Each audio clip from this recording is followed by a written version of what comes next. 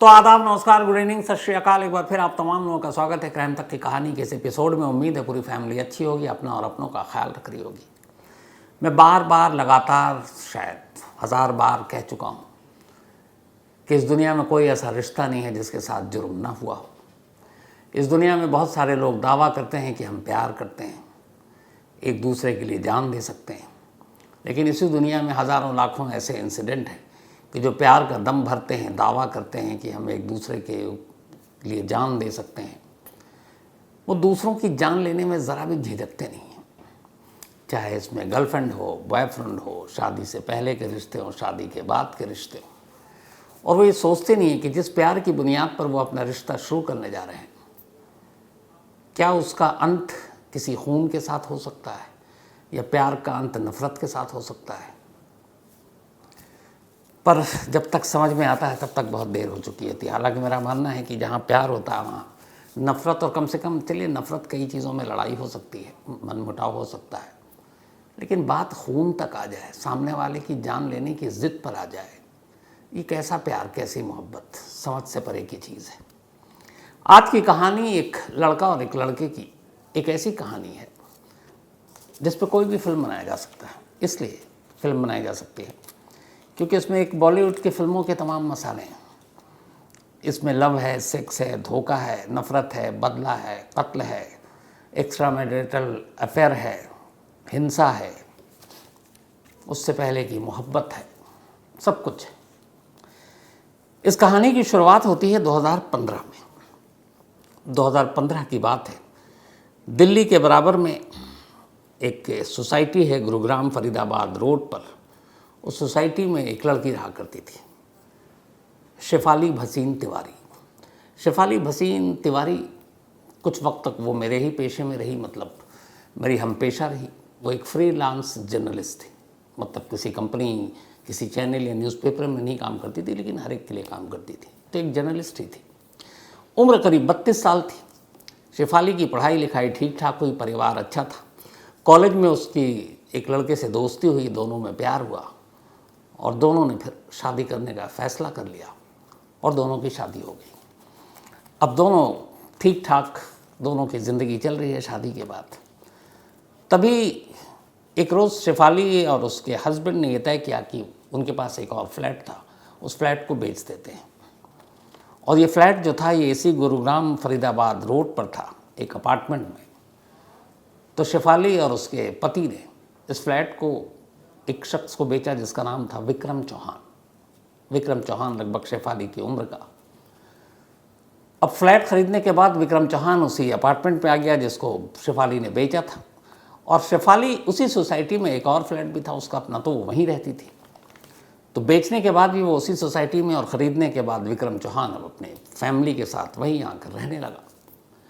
अब डेली सुबह morning walk के दौरान विक्रम और शेफाली की मुलाकात होती, फिर सोसाइटी के कुछ फंक्शन होते तो मुलाकात होती। धीरे धीरे लोग दोनों सोसाइटी में मिलने लगे। मिलने के बाद बातचीत शुरू हुई। बातचीत के बाद धीरे धीरे दोनों करीब आए और दोनों में प्यार हो गया। अब यहाँ तक सब कुछ ठीक था,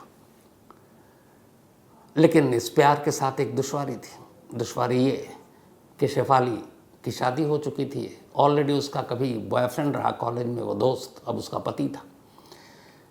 और विक्रम के साथ दिक्कत ये कि उसकी भी शादी हो चुकी थी और उसकी एक वाइफ थी दीपिका, और सिर्फ वाइफ नहीं, 6 साल की उसकी एक, बल्कि 4 साल की एक बेटी थी और 6 महीने का एक बेटा था। ये बात 2015 की है। तो 15 के बाद से ये दोनों में प्यार हुआ, सिलसिला चलता रहा, सब कुछ ठीक। लेकिन अब इश्क हो गया, और इश्क में भी ऐसी अड़चन कि दोनों शादीशुदा, दोनों के पति अब क्या करें। धीरे धीरे वक्त बीता तो ये हुआ कि अब दोनों एक दूसरे के बगैर रह नहीं सकते। अब एक दूसरे का साथ चाहिए, और वो भी हमेशा के लिए। लेकिन कैसे? ये सोसाइटी, समाज, या एक का पति और एक की पत्नी, वो कैसे इन दोनों के रिश्ते को एक्सेप्ट करेंगे। लेकिन दोनों फिर शहर से बाहर भी घूमने के लिए जाने लगे। जो विक्रम था वो अच्छी खासी एक कंपनी में, एक इंफ्रास्ट्रक्चर डेवलपमेंट फर्म थी, उसमें वो काम करता था और उसकी जो वाइफ दीपिका थी वो बैंकिंग सेक्टर में थी, बैंक में काम जॉब करती थी। अब धीरे धीरे वक्त बीता और दोनों सोसाइटी में जब मिलने लगे तो इश्क मुश्क की बातें तो छुपती हैं नहीं। कई बार शेफाली का विक्रम के घर आना जाना लगा रहा। पहले शुरू में ये था कि उसी का फ्लैट है तो दोस्ती तो होती है, जान पहचान। दीपिका ने नोटिस नहीं किया, लेकिन बाद में उसने नोटिस किया कि शेफाली का कुछ ज़्यादा ही फ्रीक्वेंटली आना जाना है और दोनों बड़े प्यार से हर वक्त बातें करते रहते हैं, सुबह वॉक के दौरान बातें करते रहते हैं। इधर शेफाली के पति को भी ये लगा कि उसकी पत्नी आजकल विक्रम के साथ ज़्यादा है, खुश है, ज़्यादा बातें करती है, घूमती है। लेकिन फिर भी दोनों घर बचाने के लिए एक तरफ एक पति और दूसरी तरफ एक पत्नी खामोश रही। लेकिन ये खामोशी कुछ वक्त की थी। आखिरकार दीपिका के अब सब्र का बांध टूटने लगा। उसे लगा कि विक्रम अब उसकी तरफ और उसके बच्चों की तरफ ध्यान नहीं दे रहा और उसका सारा ध्यान शेफाली की तरफ है। उधर शेफाली को अब ये जलन होने लगी कि उसका प्यार यानी विक्रम उसके साथ कम वक्त बिताता है और अपनी बीवी और बच्चों के साथ ज़्यादा। तो दोनों तरफ से उथल पुथल चल रही थी ज़िंदगी में।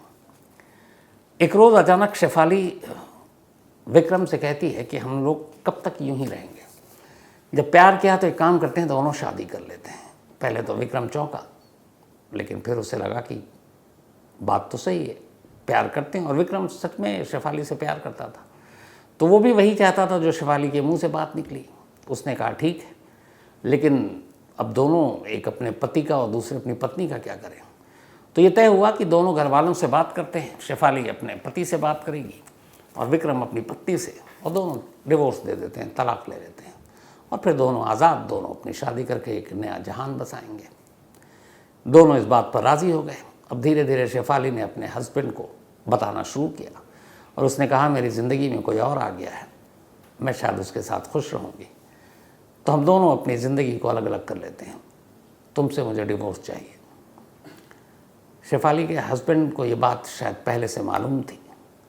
उसे लगा कि ज़बरदस्ती का प्यार ज़्यादा दिन चलेगा नहीं और शेफाली की खुशी में उसकी खुशी। आदमी नहायत शरीफ था, वो तैयार हो गया। उसने कहा जैसी तुम्हारी मर्ज़ी, तुम जिस तरह से खुश रहना चाहो रहो। कॉलेज के ज़माने की दोस्ती और इश्क था, पल में टूट गया। शेफाली ने उससे कहा ठीक है, अब हम लोग डिवोर्स की तैयारी करते हैं। इसके बाद ये बात अब शेफाली ने विक्रम को बताई कि मेरा पति जो है वो तैयार हो गया, अब तुम दीपिका को तैयार करो, अपनी बीवी को। मौका देखकर एक रोज़ विक्रम ने दीपिका से कहा कि अब मैं शेफाली के साथ अपनी ज़िंदगी बिताना चाहता हूँ, तुम्हें तो पता है इश्क है, तो तुमको डिवोर्स देना चाहता हूँ। दीपिका ने सुना तो उसे लगा कि चलो जब तक इश्क था शायद वापस रास्ते पर आ जाए, लेकिन आज तो इसने इंतहा कर दी। उसने कहा कि हमारे 2 बच्चे हैं, एक बच्चा तो अभी 6 साल का बेटा है, 4 साल की बिटिया है, क्या होगा उन दोनों का जब हम दोनों अलग हो जाएंगे। उसने बहुत समझाने की कोशिश की, विक्रम नहीं माना, टलता रहे, बात मानता नहीं, बात टलती रही। बीच में फिर विक्रम के पेरेंट्स को दीपिका ने ये बात बताई, कहा आप अपने बेटे को समझाएं। उनके पेरेंट्स आए, उन्होंने समझाया, फिर भी बात नहीं बनी। दीपिका ने अपने पेरेंट्स को बताया, उन्होंने विक्रम को समझाया, कोई बात नहीं बनी। जब बात नहीं बनी तो दीपिका लास्ट तक ये अड़ी रही कि ठीक है, चाहे कुछ हो जाए, मैं तुम्हें डिवोर्स नहीं दूंगी, और जब तक तलाक नहीं होगा तब तक वो शेफाली से शादी नहीं कर सकता। अब ये बड़ा मसला आ गया, क्या करें। वो मनाता रहा, वो मानी नहीं, बीच में झगड़ा हुआ, कई बार उसने मारा पीटा भी दीपिका को। फिर इसी दौरान में कुछ वक्त बीता और शेफाली अब लगातार दबाव डाल रही है और कह रही है कि तुम कुछ करो। अच्छा, ये लोग अक्सर घूमने भी जाते थे। विक्रम कहता था कि मैं कुछ कोशिश कर रहा हूँ, जल्दी हमारी शादी हो जाएगी, लेकिन शेफाली के सब्र का बांध टूट रहा था। फिर तभी एक रोज़ शेफाली ने विक्रम से कहा कि मैं प्रेग्नेंट हूँ और करीब 6 महीने का गर्भ है, तो 6 मंथ हो गए हैं प्रेगनेंसी के। अब उससे पहले कि बच्चा हो तुम्हें शादी करनी है, और अब फाइनल तुम दीपिका को जैसे भी हो तलाक दो। अब ये सुनने के बाद विक्रम ने फिर दीपिका से बात की, लेकिन दीपिका तैयार नहीं। जब तैयार नहीं हुई तो ये दोनों घूमने के लिए एक बार बाहर गए, शेफाली और विक्रम। ये गए लद्दाख, और लद्दाख में दोनों साथ हैं और वहाँ प्लानिंग कर रहे हैं कि अब मैं प्रेग्नेंट हूँ, डिलीवरी भी होगी कुछ महीने बाद, तुम्हारी वाइफ दीपिका तैयार नहीं हो रही है, तो हम क्या करेंगे, कैसे शादी करेंगे। उसके ज़िंदा रहते शादी कर नहीं सकते और ज़िंदा रहते वो तलाक दे नहीं रही है। तो फिर दोनों ने तय किया कि एक ही सूरत है, दीपिका को रास्ते से हटा देते हैं। और जितना विक्रम चाहता था अपनी वाइफ को रास्ते से हटाना, उतना ही शेफाली चाहती थी। उसने कहा और कोई रास्ता नहीं है। दोनों लद्दाख में बैठकर प्लानिंग कर रहे हैं एक मर्डर की। तो हुआ कि ठीक है तय, लेकिन कैसे कत्ल करोगे। क्योंकि लद्दाख में घूम रहे थे, ऊंची ऊंची पहाड़ियाँ थी, तो एक रोज़ उन्हीं पहाड़ियों को घूमते घूमते शेफाली ने एक आइडिया दिया। शेफाली ने विक्रम से कहा कि तुम उसे कहीं अपने साथ घुमाने ले जाओ, ये कहते हुए कि चलो कुछ वक्त बाहर गुजारते हैं, कुछ बातें करते हैं, शायद कोई रास्ता, कोई मसले का हल निकल आए। और किसी ऐसी जगह ले जाओ जैसे लद्दाख जैसी जगह जहाँ पहाड़ियाँ हों, और किसी पहाड़ पर ले जाकर उसे धक्का दे दो खाई में, किसी को पता भी नहीं चलेगा और ये भी लगेगा कि एक हादसा है, एक्सीडेंटल डेथ है। विक्रम तैयार हो गया। ये बात है अप्रैल 2018 की, जब ये दोनों लद्दाख गए थे घूमने के लिए, शेफाली और विक्रम। अब वो अप्रैल में वापस लौटते हैं। लौटने के बाद अब ये होता है कि कहीं चलें, लेकिन दीपिका गुस्से में, वो कहीं बाहर जाने के लिए तैयार नहीं। बड़ी मुश्किल से मनाते मनाते आखिरकार अक्टूबर का महीना आ गया। अब दीपिका को मनाने के लिए अपने कैरेक्टर में भी थोड़ा सा बदलाव लाता है विक्रम। वो उसके साथ थोड़ा अच्छा बर्ताव करने लगता है, ऐसा लगता है जैसे वो बदल रहा है। धीरे धीरे दीपिका को भी लगता है कि शायद अब ये बदल रहा है, और वो भी चाहती थी कि उसका संसार सुखी रहे, उसका पति उसके साथ रहे, दोनों बच्चे को माँ बाप का प्यार मिले। लेकिन उसे पता नहीं था कि विक्रम के मन में क्या चल रहा है। 24 अक्टूबर 2018 आखिरकार दीपिका तैयार हो गई उसके साथ बाहर जाने के लिए। अब ये दोनों बड़ा प्लान करते कहाँ जाए, तो ये हुआ लास्ट में कि नैनीताल चलते हैं। अब नैनीताल में झील भी है और पहाड़ भी है। 24 अक्टूबर को विक्रम दीपिका को लेकर नैनीताल पहुंचता है। वहाँ जाने के बाद ये उधर उधर घूमता है। फिर वो दीपिका से कहीं पहाड़ी से गिराने के लिए पहाड़ पर चढ़ना भी ज़रूरी है।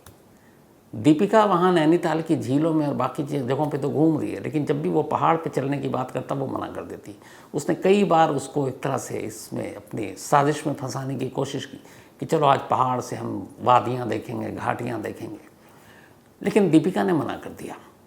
आखिरकार ये प्लान फ्लॉप हो गया। जब भी वो पहाड़ पे चलने की बात करता दीपिका मना कर देती, वापस होटल में आ जाती, और विक्रम को मौका ही नहीं मिला दीपिका को पहाड़ पर ले जाकर धक्का देने का। अब दोनों वापस दिल्ली लौट आते हैं 26 अक्टूबर को 2018।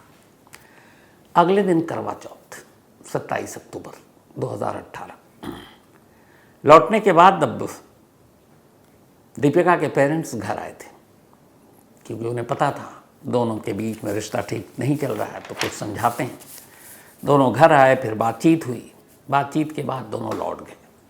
27 अक्टूबर की रात ये दोनों जिस गुरुग्राम फरीदाबाद रोड के जिस हाउसिंग सोसाइटी में रहा करते थे, उस पर इनका फ्लैट 8वीं मंजिल पर था, 8th फ्लोर। जब ये नैनीताल से वापस लौटे बिना दीपिका को मारे विक्रम, तब भी लगातार शेफाली विक्रम को टेक्स्ट और मेल करती थी और पूछती थी क्या हुआ, तुम पहाड़ी पर गए, धक्का दिए। जब वो अब ये हुआ कि वो पहाड़ पर जा नहीं रही और ये लौट रहे हैं दिल्ली की तरफ, तब उसने कल लास्ट मैसेज भेजा था शेफाली ने विक्रम को, और उसमें लिखा उसने कि यू आर ए लूज़र, और भी बहुत सारी बातें, तुमसे एक काम नहीं हुआ छोटा सा, किसी की जान लेना एक छोटा सा काम। तो खैर शेफाली भी अब गुस्से में इधर ये लौट आए, काम अधूरा रह गया।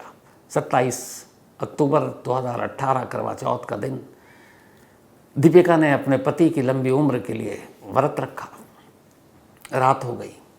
जब रात हुई तो फिर इधर लगातार मैसेज। उस दिन शेफाली गुस्से में कि तुम अपनी बीवी के साथ करवा चौथ मना रहे हो, मैं यहाँ हूँ, तुम्हारी सुहागन हूँ,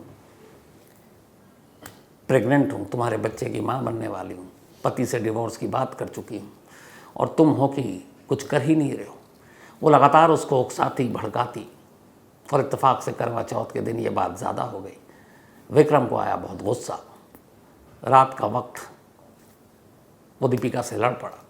लड़ते लड़ते दीपिका बालकनी के करीब आई, 8वीं मंजिल पर घर है। और अब अचानक विक्रम को लगा कि जो नैनीताल की ऊंची घाटियाँ या पहाड़ें नहीं कर पाई, ये तो घर ही है अपना, 8वीं फ्लोर किसी पहाड़ की बुलंदी से कम तो है नहीं।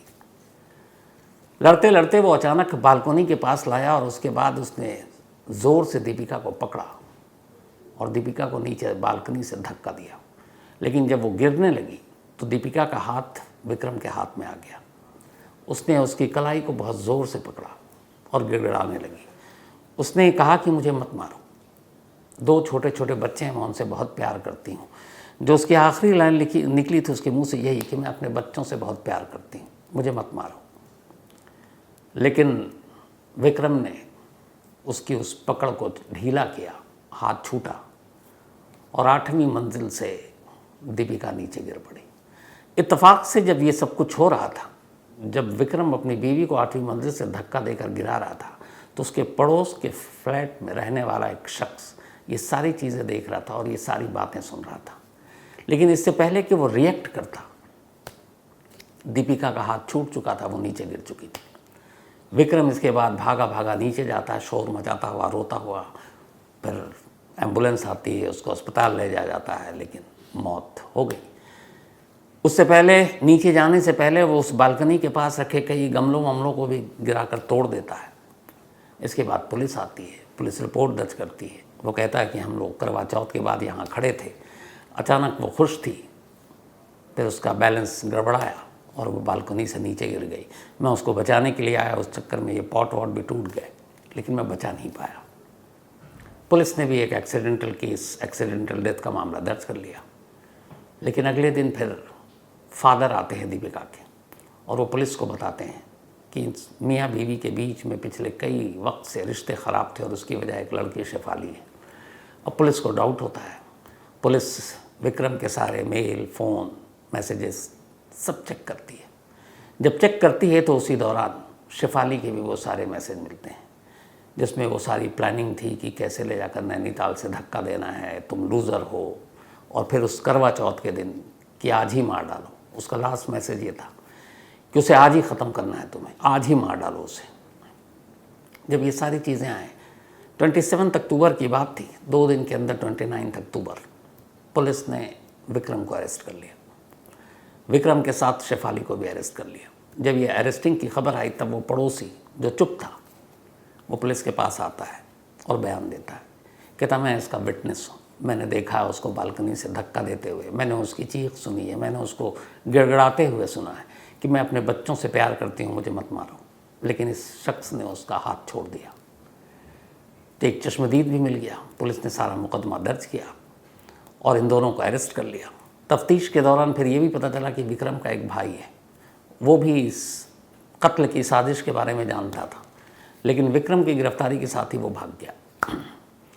अब इन दोनों को गिरफ्तार करके जेल भेजा गया, उसके न्यायिक हिरासत में गए। लेकिन कुछ ही वक्त के बाद अदालत ने शेफाली को बेल दे दिया, ज़मानत पर बाहर। और वजह क्या थी कि वो प्रेग्नेंट है। तो एक गर्भवती महिला है, उसके साथ थोड़ी सी इंसानियत और नरमी बरतने की ज़रूरत है, इसीलिए उसको ज़मानत पर बाहर कर दिया गया। जबकि दीपिका के घर वालों ने ऑब्जेक्शन फाइल किया और कहा कि इस देश के जेलों में न जाने ऐसी कितनी सैकड़ों हज़ारों महिलाएं जो प्रेग्नेंट होते हुए जेल गईं और जेल में बच्चों को जन्म दिया। जैसे 2 तो मैं वैसे ही बता सकता हूँ, एक शबनम जिसकी कहानी सुनाई है, और एक जो रेलूराम पुनिया का केस हरियाणा का, उसने भी जेल में बेटे को जन्म दिया था। लेकिन यहाँ अदालत ने नहीं मानी। अदालत ने कहा कि नहीं, वो प्रेग्नेंट है, उसके साथ हमदर्दी बरतने की ज़रूरत है। जिस शेफाली ने एक 6 महीने के बच्चे की माँ और उसके 4 साल की बेटी जिसकी थी उसकी माँ, उसको मारने में भरपूर मदद की, खुद उसका जब बच्चा पैदा होने वाला था तो उसको इसी ग्राउंड पर ज़मानत दे दी गई और वो ज़मानत पर बाहर आ गई। फिर उसने बच्चे को जन्म दिया। कानून भी कई बार बहुत अजीब चीज़ दिखाता है, आईना। क्या कीजिएगा। अब जो शुरू में मैंने कहा था कि शेफाली और विक्रम, दीपिका और शेफाली का हस्बैंड। इनमें कॉमन ये था कि सभी ने अपनी अपनी पसंद से शादी की। बाद में दो लोगों को प्यार हो गया एक दूसरे से, अब दो को छोड़ना है। तो छोड़ने तक तो बात ठीक थी, लेकिन न छोड़ने पे कत्ल।